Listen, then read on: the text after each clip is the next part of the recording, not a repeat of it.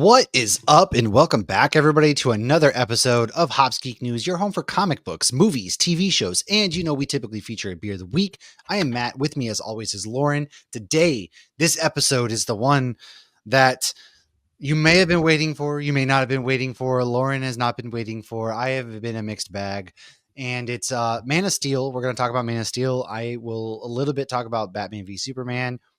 I will not stomach to talk about Justice League, so don't worry. We're just gonna breeze. We're gonna give it like a footnote. But we to wrap up our movies, because we've been getting ready for Superman that comes out next week. We have been talking all of the Superman films, so we have to include these. And then next week's episode, before the release of Superman, we are going to drop our comic book origin, and then after Superman releases, we'll do our spoiler review of the film. So Super Summer's in full swing. Like, subscribe, share, follow, all the good stuff. Hops Geek News, any podcasting platform, any social media platform. Come hang out with us. Drop a review.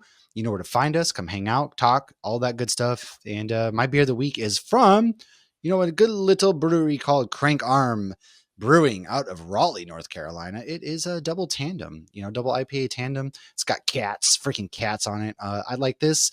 I kind of chose it, I guess, as a stretch because Batman v Superman, the two biggest heroes in DC, and tandem bicycles are twice the fun. They don't ride bicycles, but tandem is our rendition of the beloved double IPA, and Pale and Munich make up the malt backbone, which is balanced by a large bittering charge in this tasty behemoth.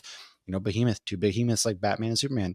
Hops change on tandem each batch, but the emphasis is on tropical and fruity flavor and aroma. Grab a partner, take a ride. We are going to take a ride today, folks. Lauren, what are you drinking on over the yonder? So I should say I like Man of Steel. I think it's a good movie. I love Henry Cavill as the Wolverine, as the Calverine. I love him as Superman.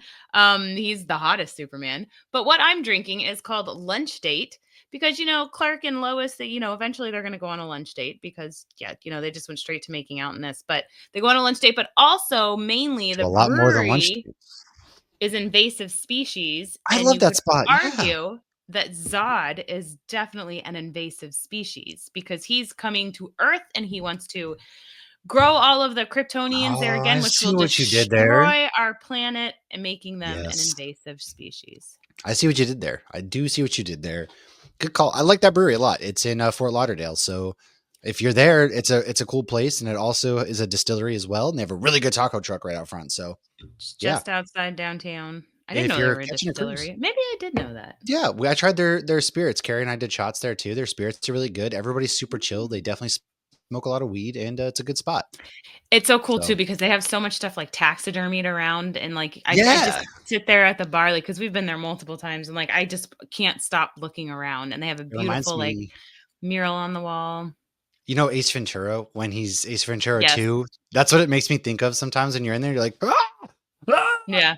That's kind of what that reminds me of. But yeah, so, this is, if you're first time listening, go ahead and we do read what we've been reading or watching. So comic book recommendations that we're reading, what we've been watching lately, some news, and then our main topic. Lauren, I have a laundry list of things. So do you want to go first? You want me to go first? I've been killing it. I can get mine out of the way. Out of the way. Your reviews are excellent. These are good comic books you got here. Thank you. Actually, this week I reviewed two of my favorite current runs. One is Welcome to Twilight #4 from Dark Horse Comics. That's part of the Minor Threats universe.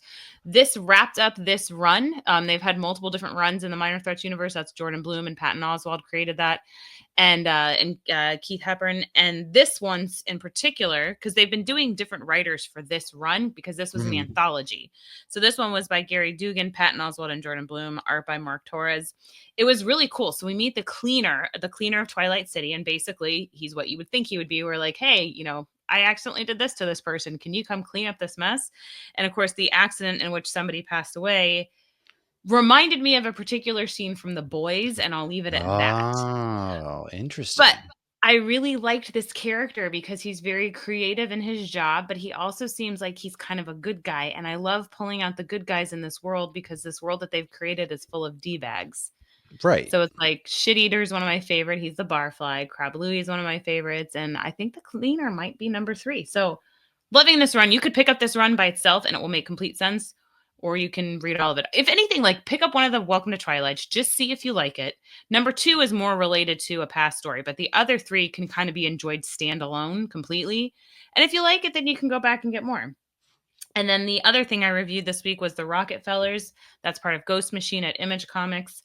Um, this too has been so much fun because it's the family that is hiding in the year 2025, and they make comments about how like archaic our time is because they're Yeah, from yeah, like yeah.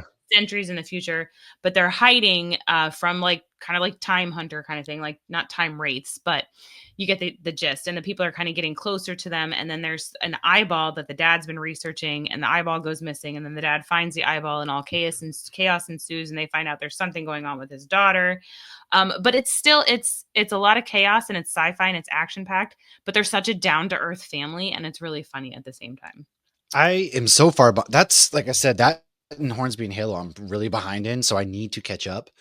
But I do love the covers, and I did actually. We went to the comic shop today, and Oliver was looking at comics to buy, and he picked up Rook Exodus on his own. So I got him issue 1.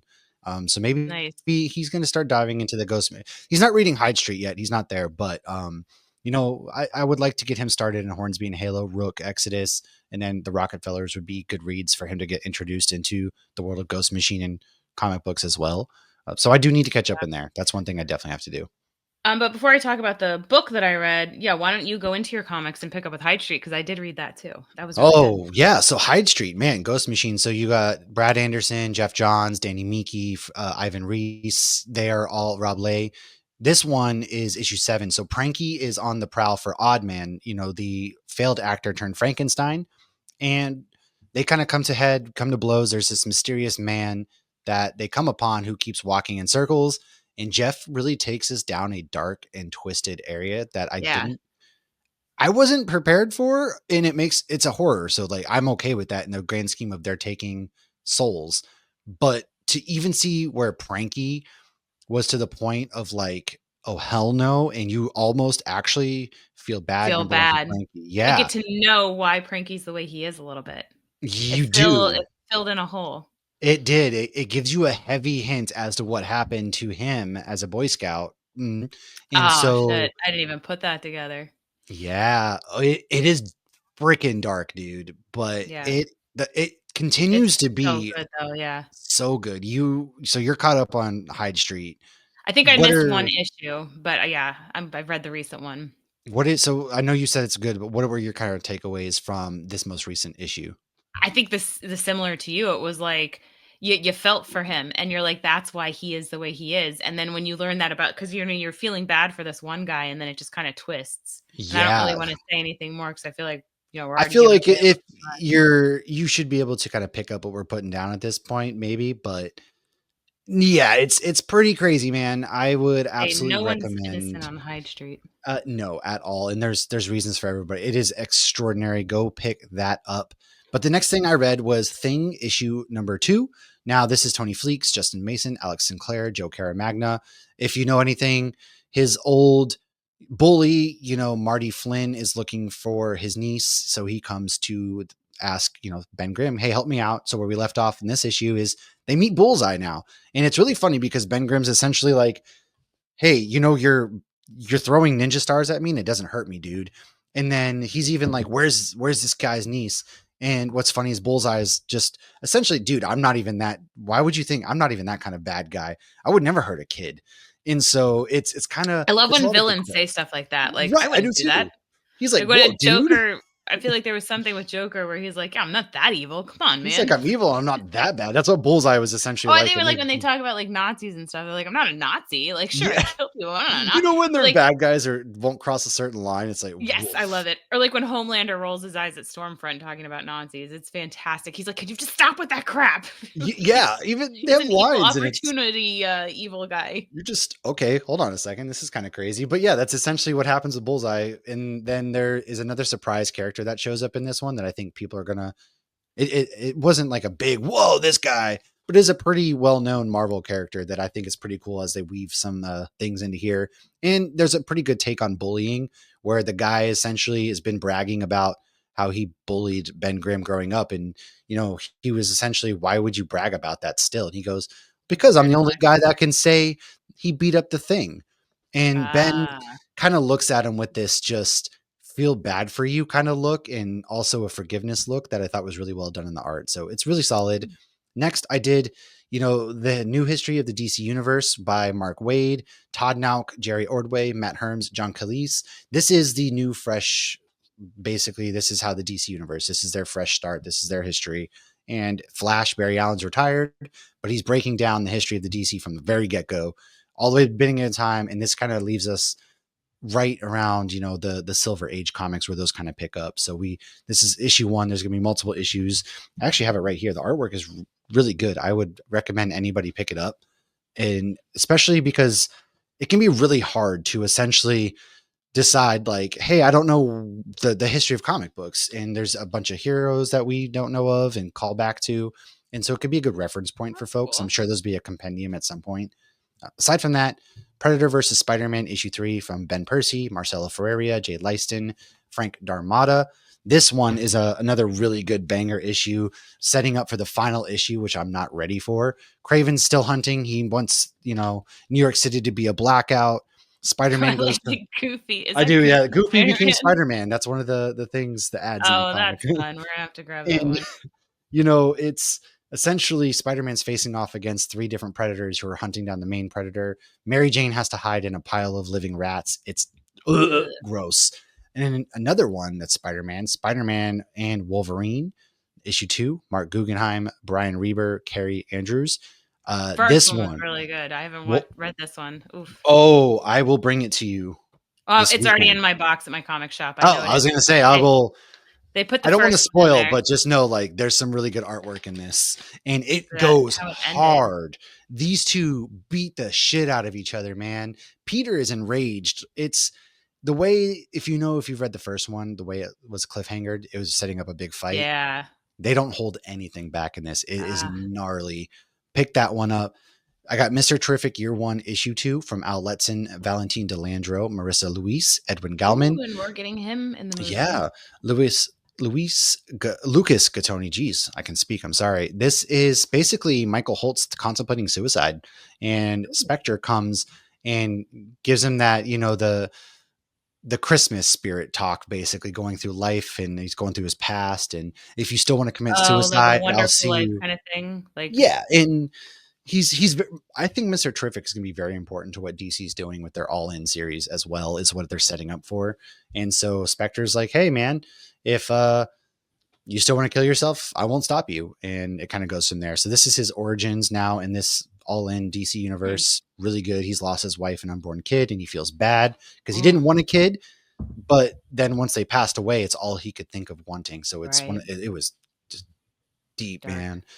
And then Absolute Wonder Woman issue 9 came out. I love that. So Kelly Thompson, Hayden Sherman, Jordi Belair, Becca Carey. Loving this. Dr. Poison kind of lays a trap for Diana. She's very bullheaded in this. And there's not much more I can say without spoiling that one. I'm loving that series. And then the last thing that I've read was the Vigilante Eagly double feature, issue 4 from DC Comics. James Gunn is the story consultant. Tim Seeley, Mitch Gerrits, Rex Ogle, Matteo Lawley, John Calise. I will say there's a couple scenes, like it kicks right off with Vigilante essentially uh, playing with a used condom and trying to find what's up with Peacemaker. And then there's a scene of an old lady What? getting banged out by somebody else. And I was basically like, oh my God, guys, give a guy a warning. Jesus, this is tough. It's very funny, very hilarious. It is crazy. And I think more people should read this, in all honesty. So that's what I've been reading. Why don't I'll take a breath before I talk about the 2 things I've been watching a little bit, so you can talk about your book of the month. So my book, I only read one book this month for Nerd Initiative because we are doing a book club. So if you want novel recommendations in addition to comic book recommendations, you can go to nerdinitiative.com and type in a book review. Somebody this month actually reviewed Jaws, the one by Peter Benchley, Yeah. that from the 70s. Somebody else reviewed the book called Supermarket which sounds very interesting and was actually written by Logic, who's like a rapper as well. And Oh so yeah, I yeah, yeah. did Duma Key, which is the Stephen King book that actually Ernie Altbacker, who we had on the podcast a few weeks ago, recommended when we went off on a tangent about Stephen King books. So I grabbed that one. It was very interesting. It takes place on the west coast of Florida, which obviously I love that because I'm getting Florida references and Yep. I'm Oh familiar with yeah. the area. This guy basically he has like two grown kids, they're like in college, and a wife, and he gets into this terrible accident. Oh, it's like a worksite accident, and he ends up losing his one of his arms. He loses his right arm. He has issues. Is like in physical therapy. Got bad head injury, so he forgets things, and like he gets very angry too. So he's dealing with all these things.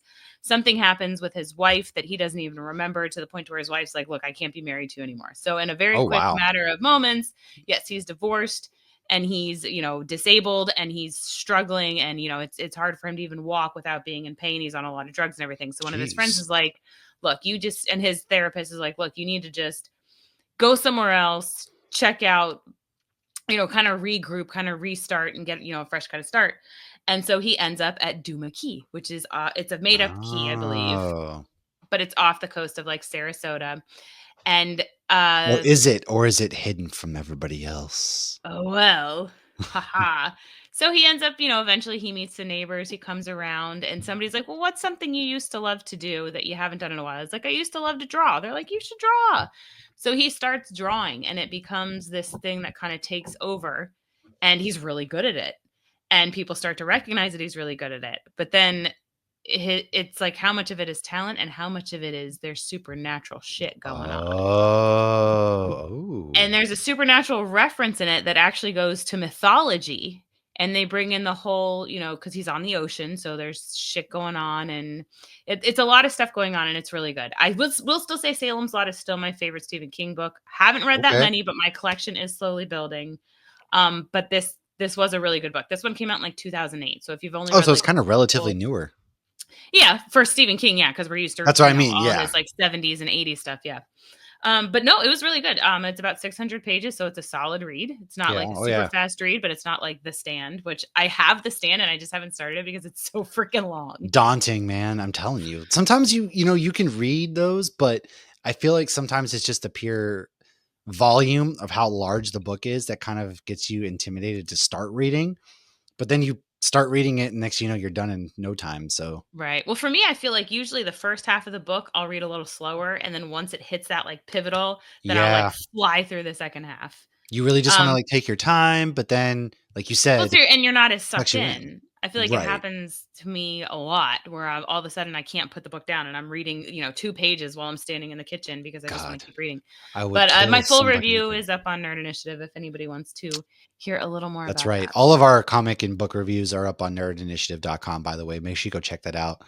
Um, I would kill to be on a Disney cruise reading a book right now. Gosh, something about that just sounds so good. Yes, Something you got to do, you son of a I no. did. I read some of this Aw, book on the balcony of my cruise ship this past man. weekend. We have Ah, to go back because the Star Wars bar is really cool. By the time episode has come out, I will have a TikTok there was showing a the Star Star Wars Wars bar. bar on the boat? Oh, oh, and yes, okay. You So didn't. Oh, I thought what? you knew. No. Okay, so this is okay. The podcast, The Princess and the Scoundrel, they've gone on like meet and greets there for the hyperspace lounge. I So it's didn't. just a little kind of bar, and the It's on the screen will Wish. go like you're in hyper. Yeah, we went on the Wish. We went in hyperspace and it changes scenes. And so we went there all 3 nights. All 3 nights before dinner, I wanted to sit in there. And so we finally sat at the bar and I asked guys. So I had heard there was a $5,000 drink. And I'm looking at they give you like basically an iPad because it's a data pad to look at the drinks. And I see the $5,000 drink. So I asked the guy, I'm like, okay, what is this about? I've heard Oh about this. yeah, now I remember that. I didn't. Yes. So you get a Uh, drink. It comes in the ice cream maker kind of thing, like that they, use in the movie. You can actually buy that at Hollywood Studios you now. didn't buy the And it drink, right? gives you, you know what? Josh was in such a good mood and Crypto was doing so good. I think if I had really wanted to, he probably would have, but I was not because Wow. what you get 4 tickets to George Lucas's vineyard in Sonoma. And And it's you would have not, taken me, and right? it absolutely, but we didn't buy it. She says But that. it's Mm, open, it's not open to the public. So this is, I don't know if this is the only way that us common folk I can think it visit, is, unless you but have Josh inside was tracks. I don't know. Josh was gonna get a glass of wine, and he's like the wine he wanted was like $37. It was from Wow. George Lucas's vineyard. He's like, "Yeah, I think I'm just gonna get a beer." I would drink that wine. I'm the stupid idiot that pays that just to be like, I drank wine from George Lucas's vineyard. I don't He even know what beer knows. I drank. I was upset because well, I wasn't upset, but it's hard to be upset. But they usually have a Mustafar Black Ale, and I was excited to get that. And they are like, Ah, "Oh, we're out of that, but we have an IPA," so I got the so IPA. that They means had we got to that, go back. and they had a sour. 100%. Oh my It was gosh, I want to go 30% on off. this so bad now. I know. 30% off. I know. All right, But we'll I'm talk. gonna 'Cause make a TikTok. I did, and the guy was so sweet too. He's like, when this star it was a Star Cruiser. He's like, when the Star Cruiser gets to this line, that's when it's gonna go hyperspeed because he could tell I wanted to get a video. So the bartenders Oh. were really sweet. Well, when we're in Asheville this weekend, we got a couple cruises we got to talk about anyways. So True.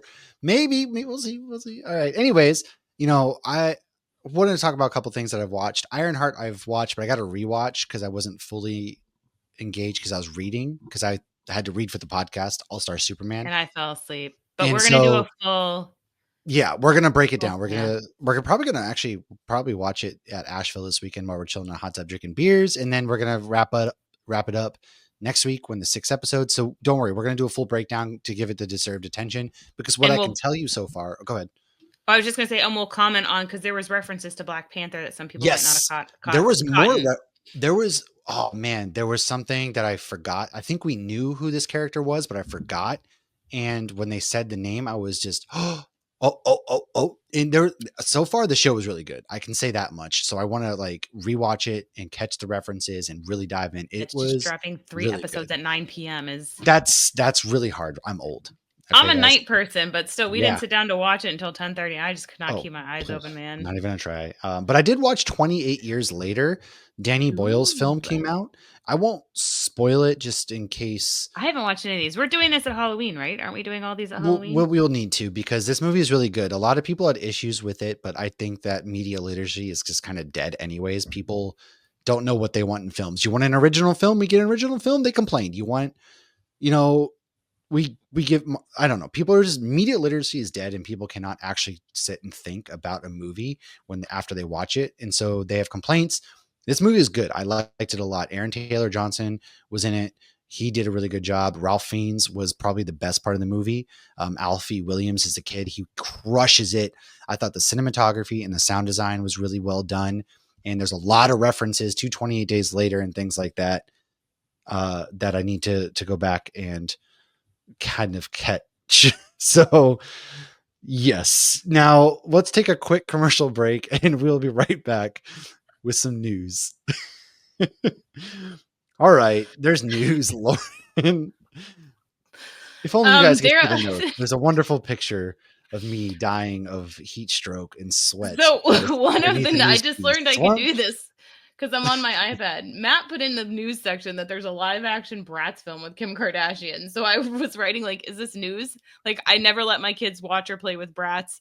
I'm not a Kardashian fan. I And so just I went to add the puking emoji to this while he was talking. And I didn't know that you can add stickers because I'm on my iPad. I didn't know you could add stickers to Google great. Docs. And so I added a sticker of Matt super sweaty making a face like, really? Okay. No, that Um, is not news, but I figured somebody out there, Bratz was something my younger sister played with, so I didn't let Kaylee I play with don't them. I didn't like care how they about looked. that. Yeah, so But something I do care about, the Negan and nagging, Maggie show nagging. just wrapped. I'm Woof. sorry. I just once I Jesus. realized I could put that in there. So the Negan and Maggie show just wrapped, and Daryl Dixon has officially been announced season 3 for September 7th. So there you go. I'm All excited right. for that. And you know what I just learned?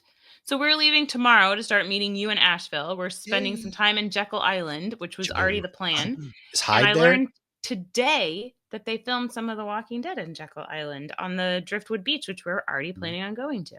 No, I had a good joke. Was Hyde there? No? Okay. Well, He's only there when Jekyll's not. Top Gun 3's happening. Speaking of thirds, Maverick Woohoo! will be facing an existential crisis. First of all, the dude's like 60 something. He's still not flying fighter jets. I'm sorry. Tom Cruise, I'm sorry. Am I going to be there seated night one? Yes. However, Is it I because your guess that's eyes go happening. the older you get? Uh, Well, that and like you're probably retired. I don't know. Well, typically, first of all, if you're 60 something and still like a captain in the Navy, you're probably really shitty. And so they force retired you at a certain point. But what do I know, man? I don't know anything. Now, there is a Mummy film that just wrapped up. It's coming April 2026. I'm excited. God, I when love was the last time we got one? It's been a while. that awful Tom Cruise one, actually. Remember when Tom Cruise was in The Mummy? Remember when they tried to reboot their dark universe and Tom Cruise and Russell Crowe and them were in The Mummy? Wait, we're not talking Mummy, Brendan Fraser Mummy, are we? I don't know I think this is a reboot because actually speaking of, Oliver watched the Brendan Fraser Mummy and he really liked it. Well, those But ones I are don't good. know this. I think this is rebooting the Mummy franchise. I want to say Interesting. haven't heard anything about it. I came across this, so Huh. more to come. I didn't know they were filming this, but yeah. And so there's one last piece of news.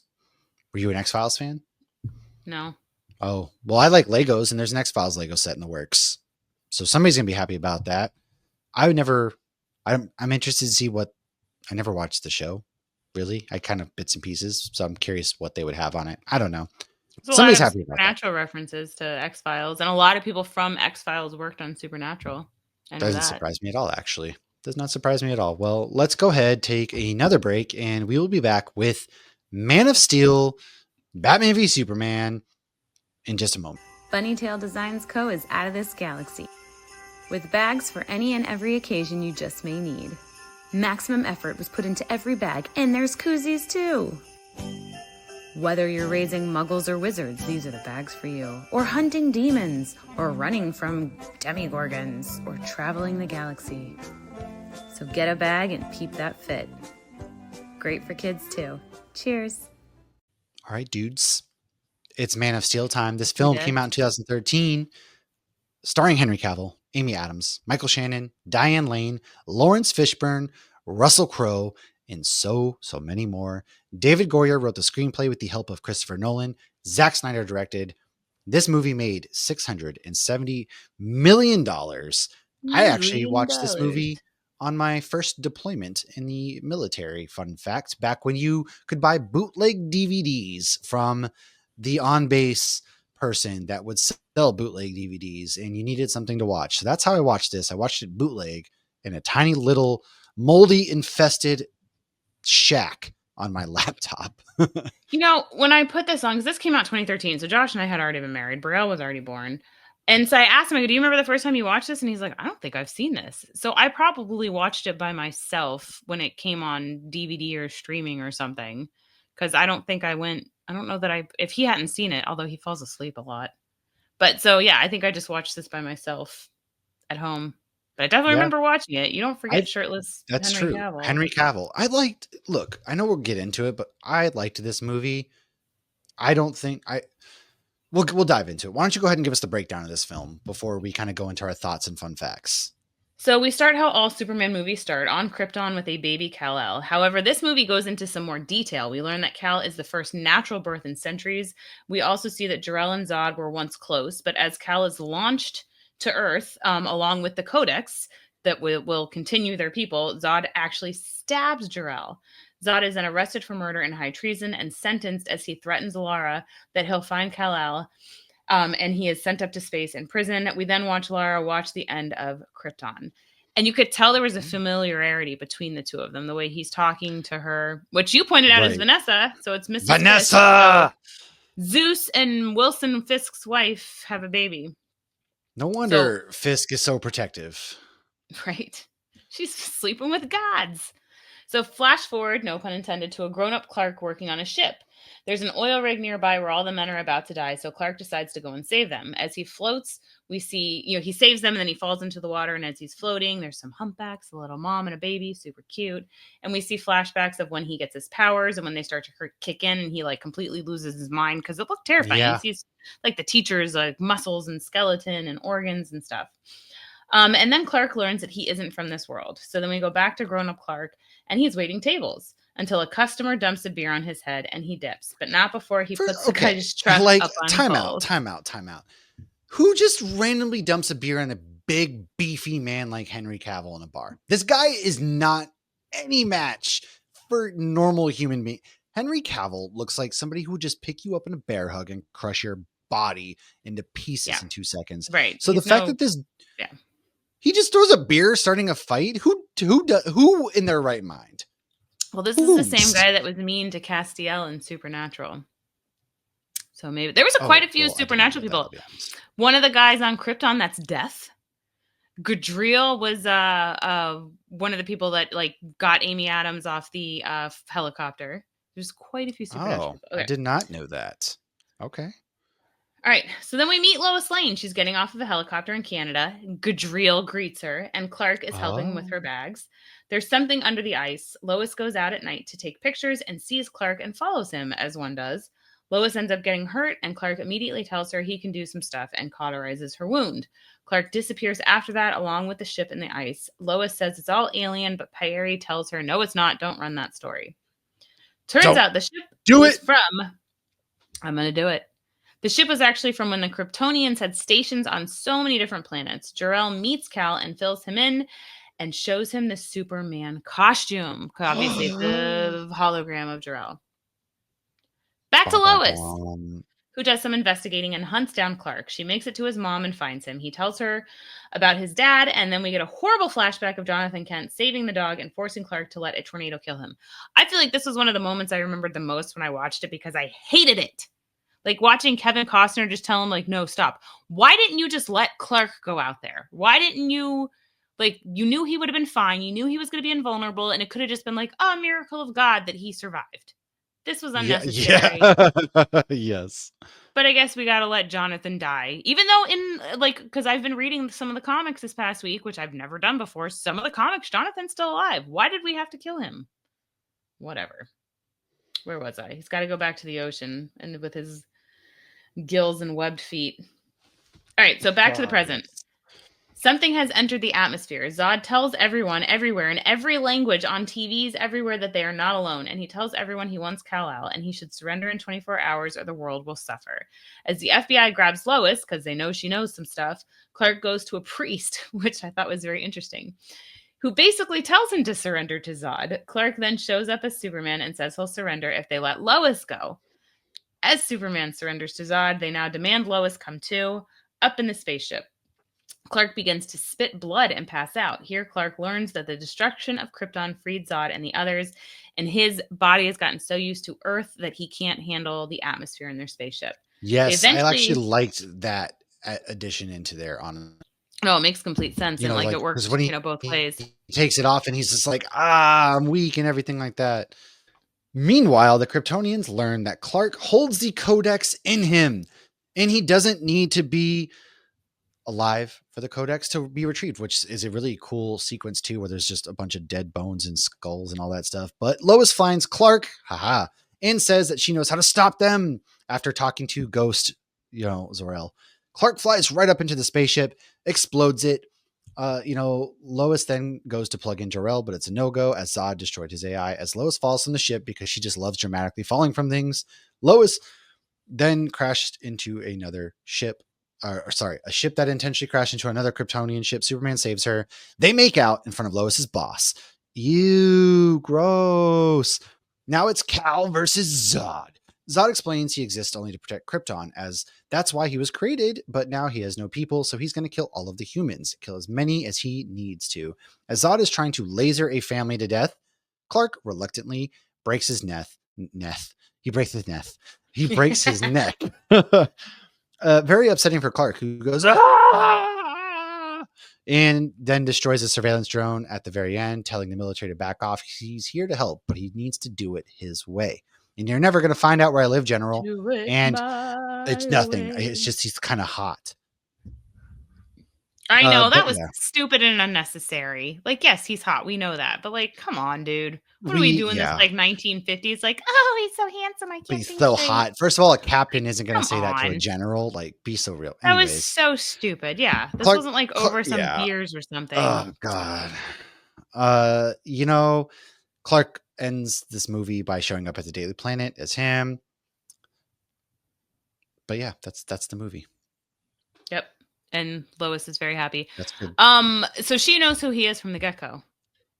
I actually very much so like that. All right, let's talk about our thoughts and reactions. And you like that she knows who he is from the get-go. I don't disagree with that. I'm okay with that. I think Amy Adams was actually a good Lois. Mhm. I feel like with a better script, she could, because she has the Lois spunk to her, right? She's Yeah. very Tiny assertive and and fierce. boss girl and that kind of stuff. I don't mind that. And I actually think it's kind of cool that she shows up into the Fortress of Solitude essentially with, Superman and everything like that. I think that was kind of cool with the robots and stuff. That was all kind of really rad. And she finds out through her detective work with the paper who it is, and then ends up letting that go. That I actually like. It's definitely a different departure from the other Superman film we got, where Lois never really knows who Clark is, and then when she does, it gets erased from her memory, And I which is hated that dumb. because she knew. Yeah, I didn't like that Yeah, because, I yeah, don't like Lois it at was all. intelligent. Lois would Yeah, figure it out. not to mention, those two are supposed to be together. Like be Yeah. together. So it's stupid that in those movies she never knew who he was. They even had a kid together. It's kind of whack. I feel like You they know, ruined it when they said, for you to be with somebody, you have to give up your powers. I feel like that's when they were. And you know what? In Smallville, Tom Welling's Clark, he did give up his powers. which I think is dumb because But he was the married to Lois, though, in the finale. So they were married before he chose to do that, which means he had years of being which Superman is before he fine. gave up his powers. Right, because that works fine for me because Lois Lane would never ask or have Superman give up his powers. Right. Never. Ever. Well, That's not their and relationship. that's one of the reasons I love Superman and Lois so much, the CW show, because you see him being Superman and balancing Yeah, having kids, and he's trying, you can't have it all, whether you're a man or a woman, you can't have it all. And you see yeah, Superman struggle with that. with And I love, parenthood. love, love that. I agree. That's a big win for me. I also really liked the guy who is in, Law and Order, the big white guy who's the military guy in this movie. I don't remember his name, but he's the pilot who sacrifices himself. He's a Oh badass. yeah, I Who's going to liked that stand toe to too. toe with the Oh, Kryptonians, he's and from then Oz. He's from a bunch of stuff. he's in a lot of stuff. He's a big Yeah. TV actor. And I thought he was really, really cool when he stood up to the Kryptonians and then he crashes the plane. He had a really cool death. I didn't want him to Yeah. die, but And he he had a said really something cool about death. an honorable death. Yeah, that was good. Yeah. Now, I like the costume design. What do you think about the costume design? We don't have underoos. I love him and Tyler Hoechlin. Those are my two favorite. I don't like the I underoos. The agree. underoos are not sexy, guys. They're not sexy. We just got to get unsexy because I And you don't know know, who is but sexy? Henry Cavill and Tyler Hoechlin. very, very much. Yeah. I agree. There are all right. So I do want to talk about Zod's death real quick before we also talk about Yes. massive death. So How about Zod's death Michael and Shannon? I love him. Look at him Michael in this, Shannon's and you great look at as him in Night Before. Oh, so great. Okay, go ahead. Michael Shannon's really good because Michael Shannon was Pearl Harbor was my first introduction to Michael Shannon, and he was Oh great shit, in I that. didn't remember he was in that. Yeah, he was one of the mechanics. And anytime Michael Shannon's in a movie, he's gonna crush it. He's such a killer actor. And Even when so he's just a weed dealer, like yeah. in like The Night Before, like he's so Yeah. good. He's such a good actor. And so actually Zod's death in the original script, Zod was going to get sucked into the Phantom Zone. However, Snyder and Goyer felt it was very unsatisfying. So they asked DC if Superman would kill somebody if he didn't have a choice. Now, Christopher Nolan, who helped out with these films, was against this approach, which led to Goyer coming up with the scene with the heat vision and putting people in imminent danger. And this convinced Nolan. So this is a very, very controversial thing that happens. People have an issue with this. What are your thoughts before I give mine? My thoughts that are if I was actually a superhero, I would end up becoming a villain because I think that I'm killing Superman was everybody. right. I loved the scene. I think there's times with Magneto where I side with Magneto. Obviously not when he's flip-flopping like crazy in movies like Phoenix. But X-Men 97, he makes some good points, and in the comics he makes some good points. And I really think that the older I get, the more I kind of side with with some of these anti-hero villains. I thought it was a fantastic scene. I mean, he tried so hard to stop him, and then when he just did that neck-breaking thing, and then you see him screaming, like, yeah, that's got to be traumatizing. Like, he didn't want to be responsible for this And he was person's one of death, his own people. especially knowing, yes, now he is officially the last Kryptonian, when he thought that, oh, there can be other people and we can exist. And that whole point was Jor-El wanted him to be the bridge between them. So not only did he kill the only Kryptonian, and not only did he kill, but he also ruined any chance of being what his father wanted him to be, and being that bridge between humans and Kryptonians. Exactly. But I mean, he did what he had to do, and he wasn't wrong. I thought it was a fantastic scene. I very much agree. I know people. It's Superman has killed before. Superman kills aliens. Well, He his kills son back, killed like, in Superman Returns. that's so. I don't have a problem with this because it makes a lot of sense, right? He tried every possible situation and scenario not to kill Zod. He tried to reason with him. He tried to beat him into Somebody submission. say he could cover his eyes. But I what don't was know. the end game? Zod was never going to stop. So the only Right. He moved his head. the only way he possibly, and he put him in this impossible situation. Fine, I'm going to start killing humans. So either you're going to kill me or you're going to let me kill humans off, and I'm going to do what I want. And so it makes a lot of sense that Superman who's learning to be a Superman. This is his first big moment as Superman. Yeah, he has to kill Zod. I have no problem with this. No, Absolutely me no neither. problem. It makes a lot of sense. And anybody who complains about that I think you're just kind of dumb, honestly. Sorry. Unless I hear a really good argument back, other than Superman doesn't kill. No, Batman doesn't kill. Okay. Unless you're Michael Keaton, Ben Neither does Affleck, any other Daredevil. live action Batman, but Right. you just seriously Daredevil doesn't kill. But then it's like, how many Marvel heroes But are if running through the Daredevil streets did, shooting maybe people? Foggy would be around. Also true. So Iron Man kills no problem. He takes people out left and right. And he sleeps just like a baby at the end of the day. Okay, so don't give me this holier than thou. The things that keep him up are not the people he's killed.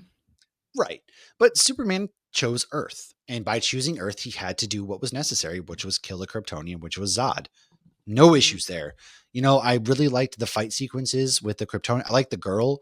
She was a badass woman.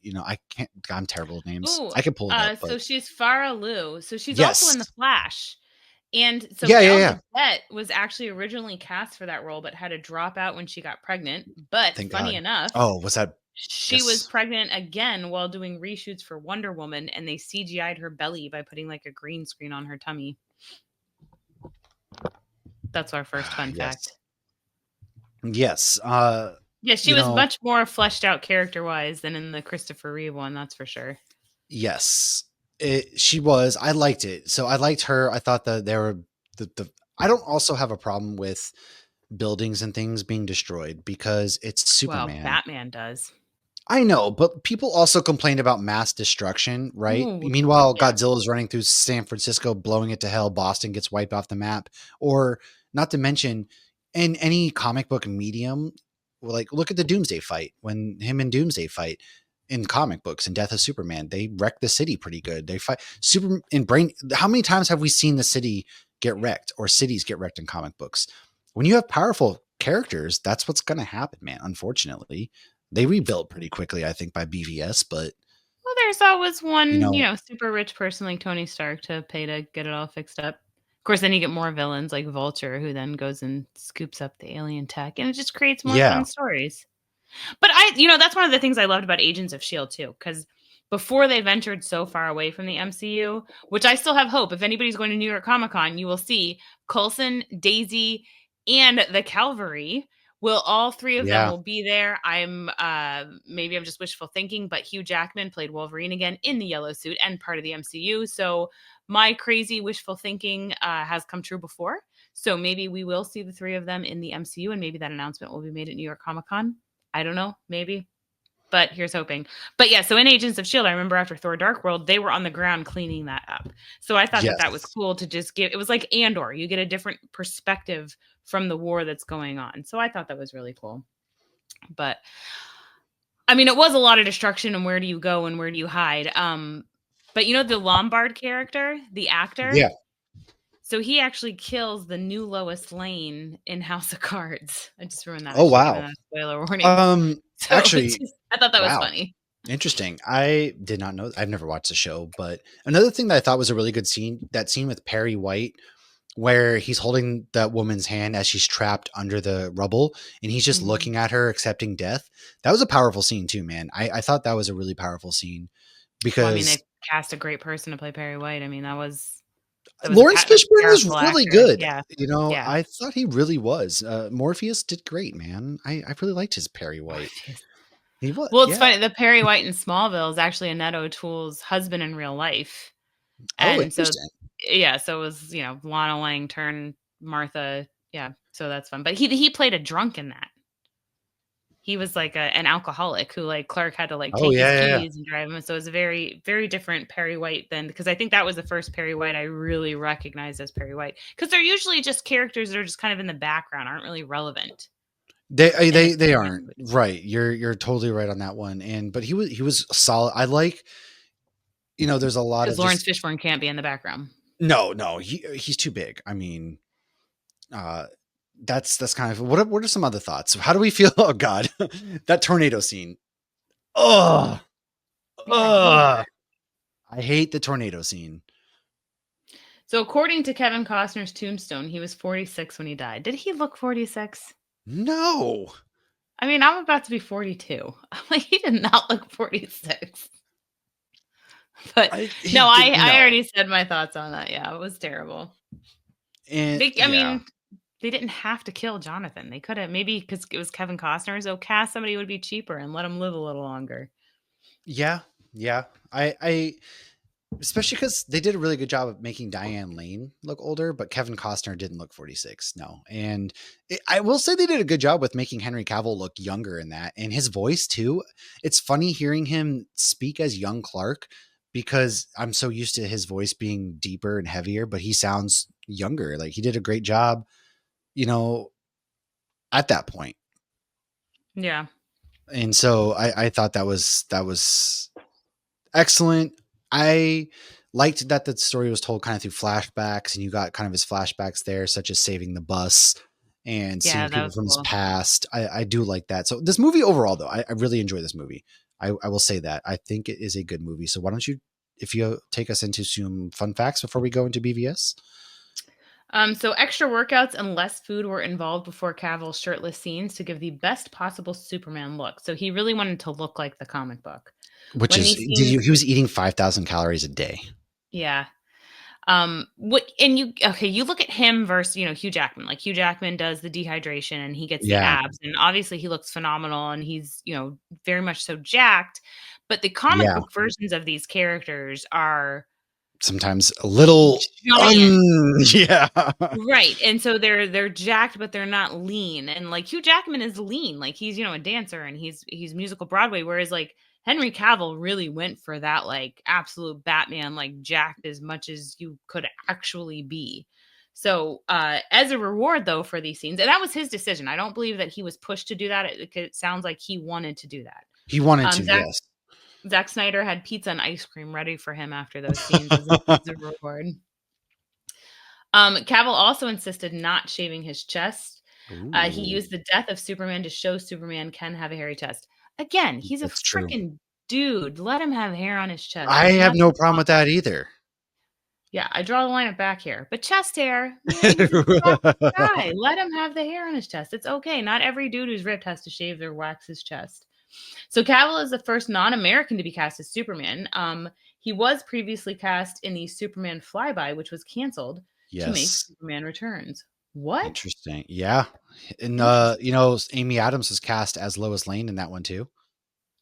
Oh, interesting. Yeah, Well, dude. both of them Yeah. have done all these different things too, and obviously she was a character in Smallville too. So this isn't her first time in the Superman world. The film was released in June 2013, which was the 75th anniversary of Superman's debut in Action Comics I number think that's pretty one. cool. So did you know the naked 4-year-old? Remember we talked about the naked No, 4-year-old in the Superman 1978? He's a communications officer in this. that is crazy. Imagine being like, hey, remember that time you were naked in the 1978 film? Do you want to come back and play a small role? I would. So First of all, I'd be all over that. we did see a naked Kal-El in this too, but it was an infant, Yes. Yes. And that whole sequence with not her. like a I 4-year-old. God bless. It was okay. Yeah. Oh boy. Now, according to David S. Goyer, Superman's costume is defined in this film to be an undergarment. All the battle armor goes on top of the suits, but since Superman's a refugee, his outfit doesn't have that gear and would make him defenseless on his own Kryptonian turf. Interesting. And that makes sense because you It see does. Zod have a similar thing and then He put has stuff his over suit. it. Yeah, Yeah, he comes out makes with, complete before sense. he breaks out of his big metal casing, that he has that armor over it, and then they go toe to toe with the undersuit. Yeah, I have no problem with that either. I thought that was Now, cool. as we mentioned last week, we knew that Cavill auditioned for Superman Returns, which Brandon Roth got. Now, It worked Ben out Aff- well.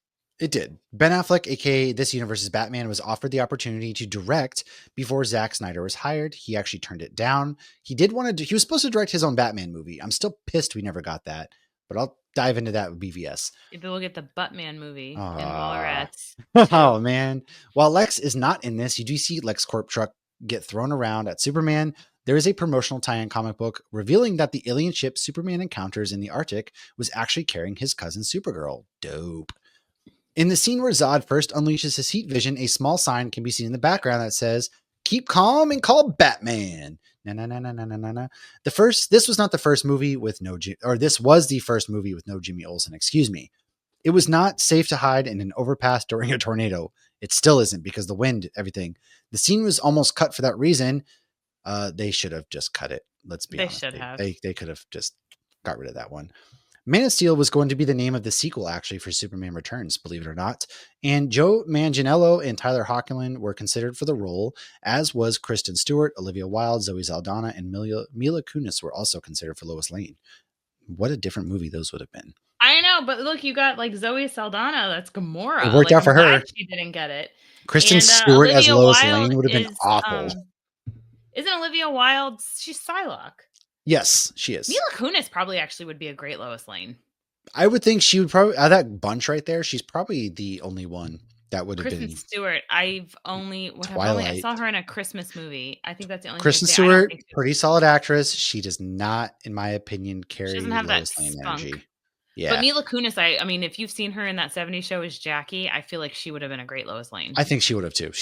I agree. Now, initially, they took pitches from comic book writers such as Grant Morrison, Jeff Johns, Brad Meltzer, and Mark Waid. Morrison's pitch was similar to his All-Star Superman, while Wade's was his Superman Birthright, which we'll go into next week's comic book discussions. Now, last but not least, development began in 2008 when Warner Brothers took pitches from, like I said, all these other people. And that was because in 2009, a court ruling resulted in Jerry Siegel's family recapturing the rights to Superman's origins and Siegel's copyright. The decision stated that Warner Brothers did not owe the families additional royalties from previous films, but if they did not begin production on a Superman film by 2011, then the Schuster and Siegel estates would be able to sue for lost revenue on an unproduced film. So that's why this film got made. Pretty interesting stuff. Interesting. I mean, the movie's good. Yeah. Makes it me think is of, like Fantastic Four, stuff like that, where they had to keep doing crap to keep right. the rights. Huh. And now it is Batman v Superman: Dawn of Justice. Yes. So I'm going to say, and then I'm going to let you do whatever you need to do. So the premise of this movie was based on the fact that so many people died and things were destroyed when Zod and Superman fought. So instead of thinking, oh, wow, thank goodness Superman is on our side, because in case more aliens show up, he's super strong and he can defend us. That's not what Bruce Wayne thought. Instead, he thought, Superman's super strong. What if he changes his mind and attacks us? We have to kill him now. Because apparently, Ben Affleck's Superman did not watch The Lion King, where he's little now. Maybe he'll be on our side. And that's all I have to say. Interesting. All right. Whew, yes. I'm going to mute myself and lean back. Have fun. Let's talk Batman v Superman. This movie, I saw it at midnight, opening night. Of course, we then got the freaking 3-hour cut, which 3-hour cut was better. I don't know why they love 3 hour, like these. I don't know, man. All right. So the plot is. Wait, there's a 3-hour cut for this? Yeah, there's a 3-hour cut that's on. Does that Max. actually make it better? It does. Believe it or not, it does. It adds a lot. Now, in a flashback to his childhood, Bruce Wayne runs from his parents' funeral. He falls into a cave where a circling vortex of bats elevate him back to the surface. In the present, 18 months after his cataclysmic battle with General Zod in Metropolis, Superman has become a controversial figure. Bruce is in Gotham. He's gotten a lot angrier as Batman. He's branding people now, right? Now, Clark Kent wants to condemn Batman's form But of he's not killing justice. him. He's not. He wants to bring Batman to justice essentially through his Daily Planet articles. And this is when Bruce learns that a Russian weapons trafficker, Anatoly, basically the KG Beast is his comic book name, has been contacting LexCorp, Lex Luthor. Luthor attempts to get June Finch, Junebug, to allow him to import kryptonite because it could be used to subdue Superman. Bruce attends a gala at LexCorp to steal data from LexCorp's thing where Diana Prince steals it from him. And while decrypting the drive, Bruce has his dream. Lois, she's the key. And we know how that goes. And I'm too late, all that. And this is where we also then find out that Lex Luthor knows who every metahuman is. Aquaman's holding his breath underwater because reasons. Anyways, at a widely publicized congressional hearing led by Finch, Superman shows up. A bomb was smuggled in the wheelchair that Homeboy from the beginning is in. He gets blown up. Superman blames himself because he couldn't detect it. It had lead in it. Luthor lures Superman out because he kidnaps Martha. Says, you got to go the Bat versus Superman, God versus man in the ultimate showdown. So they fight. They beat each other around. They team up. They save Martha, and they fight Doomsday. Superman dies. The end. Now, let's talk about this. Was the first live action. This was the first live action movie with Batman and Superman together. Okay, we never got the world's finest with Nicolas Cage. Oh, that's so sad too that was the first time. But I do love that we got Negan and Maggie, our Martha, and Thomas Wayne. But this was before they were Negan and Maggie, so that's actually kind of cool. But they were still Bella and John Winchester. They were. Now the bat suit. So this movie made $847 million. So it made some money. A lot of money. It did. The bat suit in this film is actually made from a form-fitting fabric as opposed to the armored suits in previous portrayals. And a mechanical suit is featured, which Batman uses in his fight against Superman. Zack Snyder basically said, I had a really strong idea about what I wanted to do. I really wanted to do a sort of fabric-based Batman, not what's become the normal armored Batman. And okay. With Affleck being cast, Snyder then also says that Ben provides an interesting counterbalance to Henry Superman. He has the acting chops to create a layered portrayal of a man who is older and wiser than Clark Kent and bears the scars of seasoned crime fighter. I loved Affleck as Batman. I liked Jeremy Irons as, Alfred. I thought they had really great chemistry. I liked Ben Affleck as Batman and as Bruce Wayne. Excellent. All the Excellent. more reason Ben Affleck should have watched Lion King because Irons scar. True. Now, I don't think they should have spoiled Wonder Woman in the previews for this film. That should have been a surprise.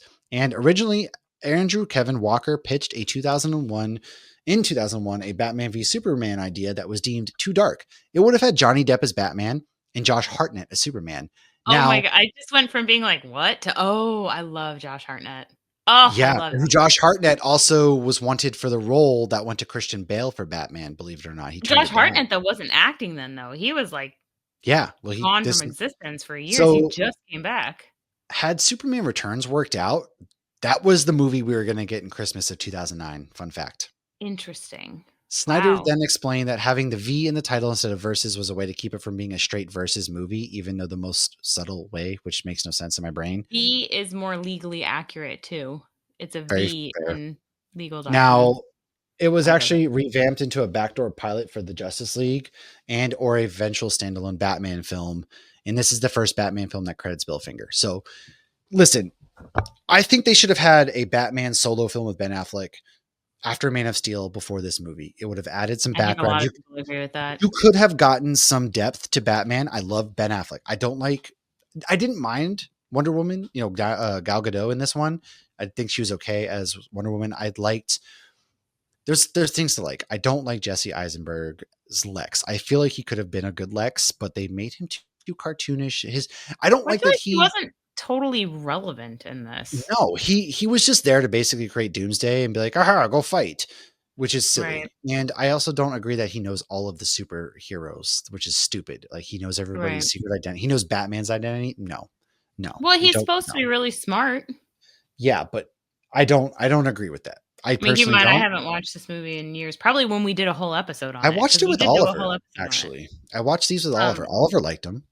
I And then did like yeah. seeing Clark and Lois in this. This is the one with the bathtub, right? Yeah, they hop in the bathtub all I steamy and stuff. Ooh, I yeah. love that scene. So I love the And scenes with them. Clark should be covering football. And then also our girl from Deadpool and Wolverine from the TVA, she's in this movie as one of the people who's you know, I testifying love against her. Superman, which is awesome. She And thinks Peter looks good in that suit. she's also Annie in Sinners. And so I actually really liked the fight between Batman and Superman. I thought the fight was awesome. And Okay, then okay, go ahead. What if both their moms weren't named Martha? Listen, I don't That's the main issue with this movie. That's why this movie fails.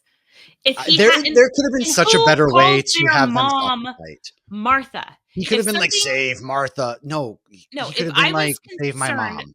If I was concerned something was happening to my mom, I wouldn't say, "What about Lori?" I would say, "They're gonna kill my mom." Like They could have this done way better, right? And also, that made no sense. while Batman's backing up, Superman could have easily explained the whole situation as well, too. There's a lot of deconfliction that could have happened. The fight itself was cool. I liked the kryptonite gas. I like that each hero got their hits in. I like the spear. I don't like how it ended. And then I don't like Lois Lane coming in. That's his mom's name. Where'd you come from? How'd you get here so fast? The Well, somebody helicopter. had to I tell know she got Batman. a helicopter. Okay. But Hey, I don't in like the that. comics, though, she's always there too. She does the same thing in the comics. She She's is. in the action. She She's is. a That reporter. is fair. You're right. Risks her life, so that was accurate. You're right. That's comic accurate. I just don't like how it ended. And then I liked a lot of I don't like that Jimmy Olsen was a CIA spy's name and he gets killed. You know, I don't like that. But this does give us probably the best live action cartoonish comic booky Batman beating people's asses, where the warehouse scene where he comes down, you know, he drops the hole in the floor, he puts all the stuff on the guns and shoots their guns out. He's beating some ass. He's killing dudes. Let's be honest. Like, he flies in shooting dudes with his bat plane. And then he also definitely he throws a crate at a guy's head. Yeah, that guy's dead. I'm sorry. Oh no, he doesn't kill. It's okay. But Nobody, I do. If they die later from a brain hemorrhage, it doesn't count. I like his gauntlets, you know, when he gets shot and blocking knife. I think that's all cool. And I think that stuff works. And then I like the fight with Doomsday. I don't like Doomsday's design at all. Being a creation of Zod, fine. I'm cool with that.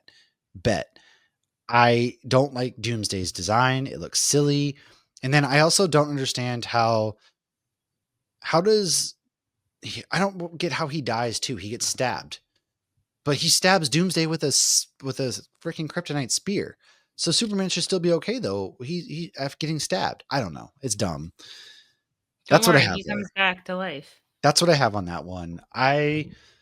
You know, why don't you go ahead and just give us the footnote of Justice League? Because that listen, I was so excited for Justice League. We are getting Flash. We're getting all my favorite heroes. And when I tell you that Joss Whedon literally ruined my life. This is, I mean, he ruined a lot of people's lives. He's a sex pest, a piece of shit, but he literally ruined my life. I was so excited. I went to Carrie and I think we were actually in Massachusetts visiting, and we went to the IMAX theater at the Jordan's Furniture, which is a legit IMAX. This thing is massive.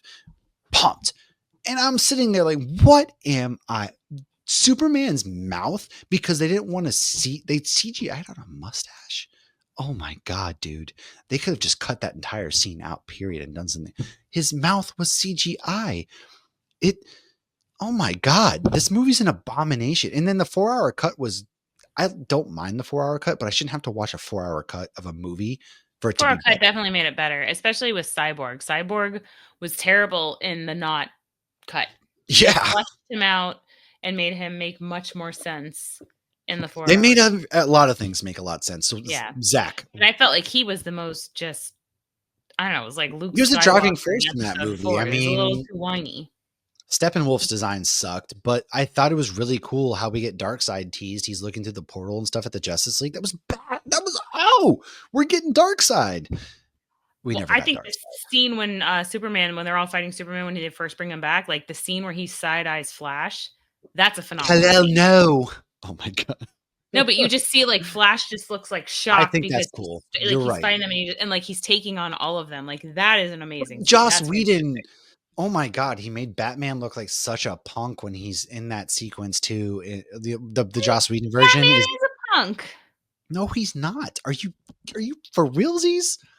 I do like that they teased the Diana Bruce romance a little bit because I really like those two together in comic books. That movie sucks. Okay, it got a 6 on IMDb. Okay, the Snyder Cut But 7.9. there you go. There's not much else to say. Okay, nobody's gonna get me. Make Jensen No, Ackles Batman. That'll fix everything.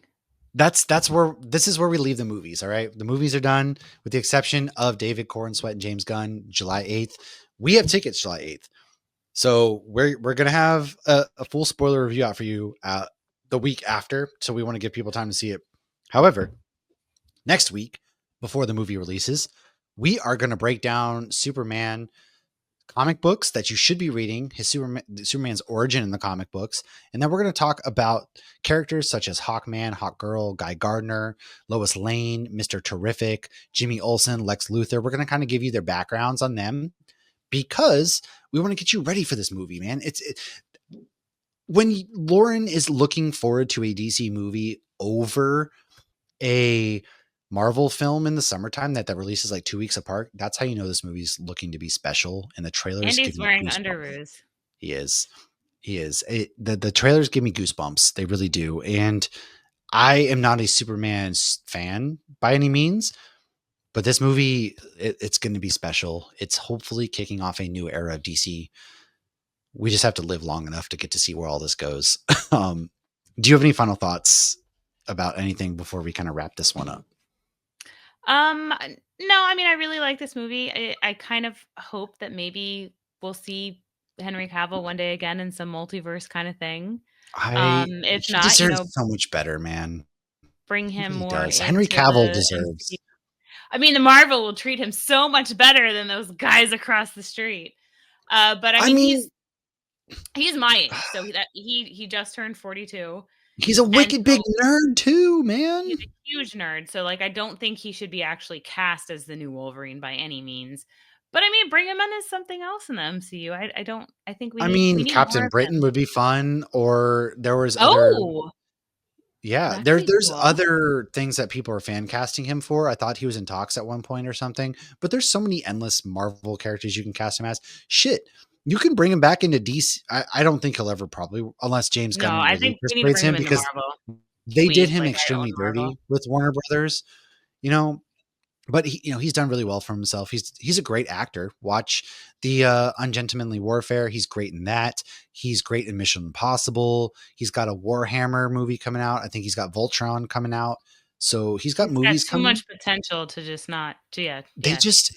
I mean, even The Witcher, Netflix, they did him so dirty because he is a big nerd. He was really big into Witcher. He did one season, and then they wanted to go away from the games and books so bad. And Henry was like, no, this is what happens in the books and the games.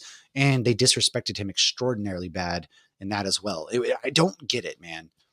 He's such a big draw. He is a big draw. Everybody can agree that Henry Cavill is one of God's gifts to this earth. Right. He's not just, good, fun to No. look at. He's a phenomenal actor. And the scene where he kills He's God, a good actor, man. But he shows what a phenomenal actor he is in that scene. Like, Truly. you see the grief and the anger and the sadness and the strength all in one scene. You do, legitimately do. And so justice for Henry Cavill, justice for James Marsden, okay? Those are two dudes that deserve better, all right? Is James Marsden, he's coming back as Cyclops, right, in Doomsday? Yes. Okay. See? There you Not go. to confuse with Doomsday in this, it's just, yeah. Yeah, oof. That's what I'm saying. That's why I think it would be cool. Like all these Marvel characters are getting redemption kind of thing. Or you look at like Michael B. Jordan in Fantastic Four. That was terrible. He came back as Killmonger. That was phenomenal. Yeah. And I recently rewatched Wakanda Forever, and I love that scene with him in it. It's so freaking good. Yeah, legit though. So I agree. Marvel's getting there. Maybe eventually we'll get DC to give some justice.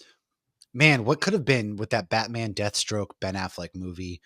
I will always wonder, man, because I loved Batfleck, and apparently we're never getting a sequel with freaking Robert Pattinson. So whatever.